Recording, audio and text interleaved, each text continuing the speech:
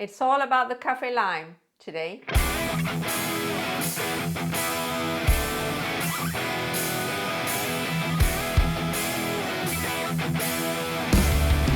Hey Lin's Foodies, I'm Lynn Blow from linsfood.com and SingaporeanMalaysianRecipes.com. Today I'm talking about the Kaffir lime leaves and to some extent the Kaffir lime fruit.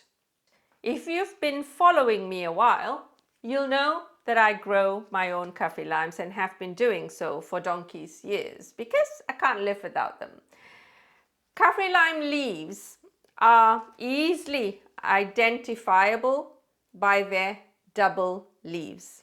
They are an essential ingredient throughout Southeast Asia, not just in Thai cooking. Now, we use them whole to flavor curries, soups, stir fries, and we use them sliced up or chopped up raw in salads and sambals. Kaffir limes are also called Makrut lime. In Thai, they're called Bai Makrut. In Malay, in Singapore and Malaysia, they are called Limau Purut. Limau is lime. Kaffir lime leaves are highly prized for their citrusy and strong aromatic aroma. They also have a hint of pepper and, something you have to bear in mind, a bitter aftertaste. So if you're using your Kaffir lime leaves raw, you want to slice them up thinly, you want to chop them up small, and you want to go easy on how much you use because you don't want this highly aromatic but a little bitter herb to overpower whatever dish you're using. So go easy, start small, and take it from there. And this is how you use the leaves raw. Essentially, cut the leaves on either side of that harder, tougher middle vein, and then you just slice them up thinly. You could even chop them up fine and then add them to your salads or your sambals, or even just to flavor up things like salad cream and mayonnaise.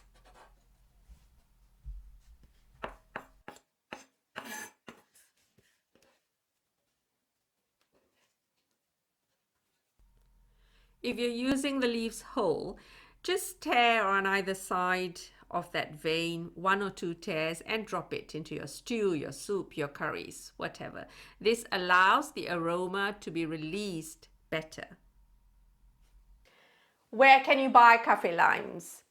If you're in the UK, you'll be pleased to know that many of our larger supermarkets do stock fresh Kaffir lime leaves. I know that Waitrose do them. I shop with Ocado and I know that Ocado supplies them as well. Depending on where you are in the world, if there is an Asian supermarket near you, that would be the place to try. East Asian, Southeast Asian.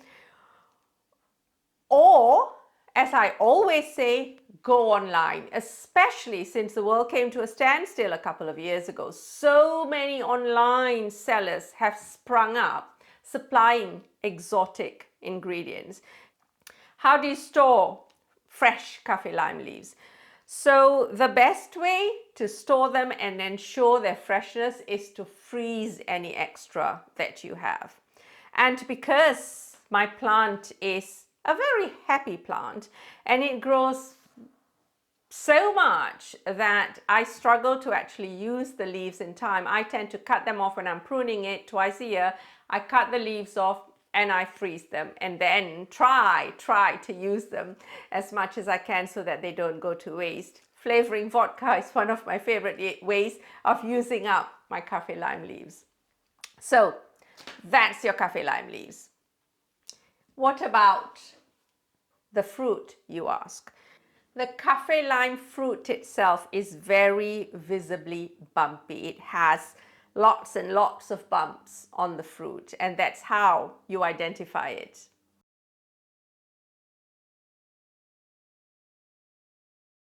They are probably about the same size as your regular limes. But the difference here is that we don't use the juice of the Kaffir lime in cooking, because it definitely leans on the bitter side.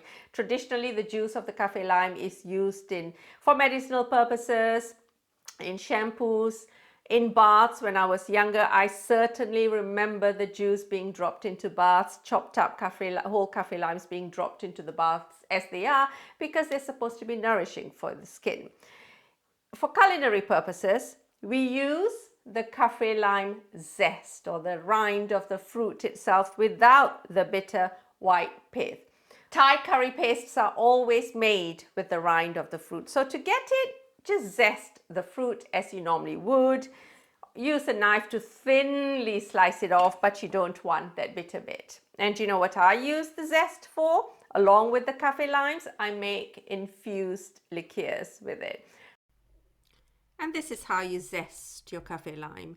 Use whatever you would normally use to zest your citrus fruit.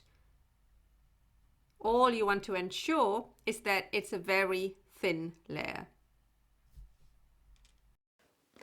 Now, if you can't get fresh Kaffir limes, but you can get hold of dried Kaffir limes, which I know are probably more common in many parts of the world compared to the fresh ones, you can use them. They've probably lost most of their character, but they still do have just a hint of the aroma.